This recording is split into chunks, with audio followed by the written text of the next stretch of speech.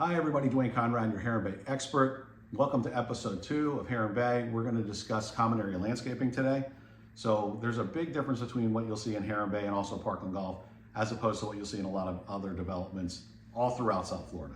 And one of the biggest things is that they brought in tens of millions of dollars worth of dirt all along your common area landscaping. So unlike most neighborhoods where you'll drive through and basically you have sidewalks that go around and everything is one level, maybe there's a 2 or 3 foot hill that separates the houses from the main roads. Maybe there's landscaping, maybe there's not. Throughout Heron Bay, you're going to have sidewalk, 8-foot hill, landscaping.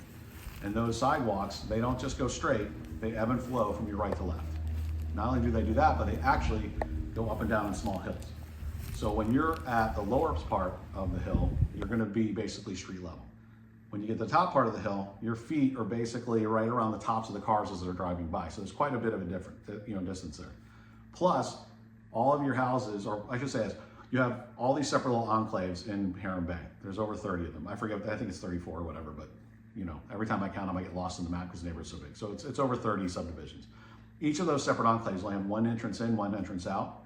And the houses that back up to the main road don't just have, okay, hey, you're looking at the back of the house. Basically, with that ebb and flow of right and left and the hills that go up and down, you also have a berm that averages around 8 feet across, I should say tops out at 8 feet, doesn't go over 8 feet. Plus you have landscaping on top of that.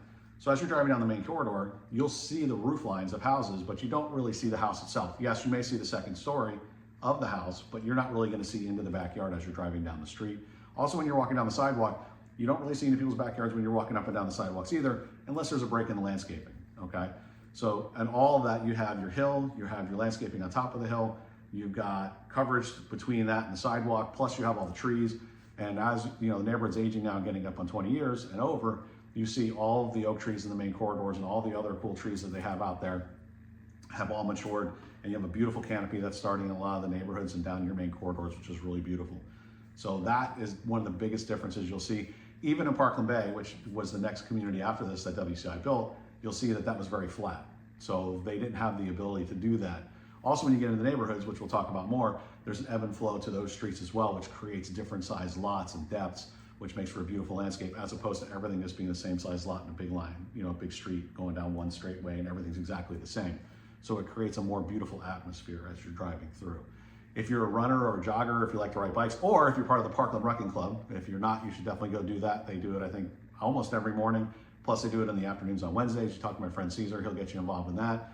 But if you want to ruck, you can do that too. Because if you come into what we call the South Gate, which is the one closest to Sawgrass Expressway, you go all the way up and around Heron Bay Boulevard and you get to the North Gate, just south of Plaza del Lago, which is going to be our bigger clubhouse. And you go through that gate, back to where you started, that's actually going to be 5.1 miles around. And there's actually half-mile markers as you go along inside the neighborhood. Plus there's park benches and there's dog stations if you have a dog when you're walking the dog. I don't know exactly how far they are apart, but there's dog stations that go through there as well that are maintained on a daily basis, so which is very nice as well.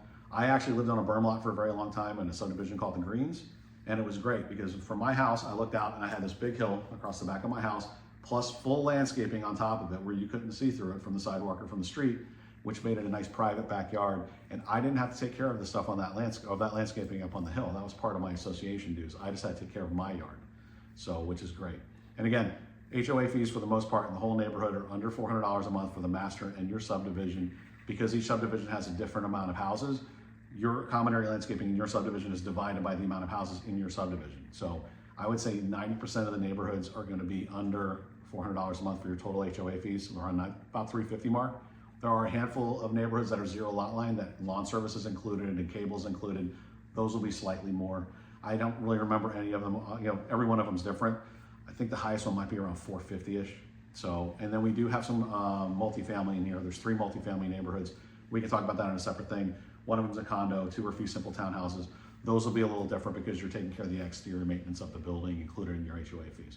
But for the most part, all of your single family homes are going to be under 400, and there's a handful that are approaching on 450-ish. But that's an unbelievable value when you consider that Cascada, Miralago, they're approaching on $1,000 a month. You have Parkland Bay encroaching on $1,000 a month. Parkland Golf and Country Club, which is actually a country club, so you're getting something for that. That one is up around $1,000 a month over there. So anyway, we're up to almost 5 minutes. Actually, we just passed the 5-minute mark. I don't want to bore you guys because we all know we have a very short attention span. So I will see you next time in episode 3, where we will discuss the actual clubhouses more in depth.